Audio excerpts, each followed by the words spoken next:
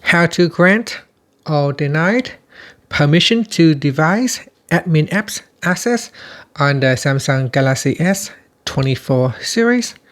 First, tap on the home button to return back to the home screen.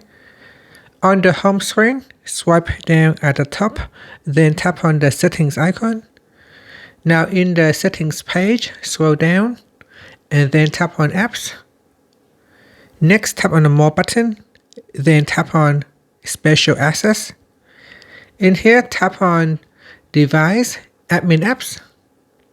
Now from the list here, go down and tap on the apps that you want to allow or deny the access. Now when you tap on it, it says here activate device admin app. So tap on activate to turn it on. Otherwise we can tap on it and then tap on deactivate to switch it off. Same for other apps as well. When you tap on it, you need to activate it or you can deactivate it. And that's it. After that, tap on the home button to go back to the home screen. Thank you for watching this video. Please like and subscribe to my channel for more videos.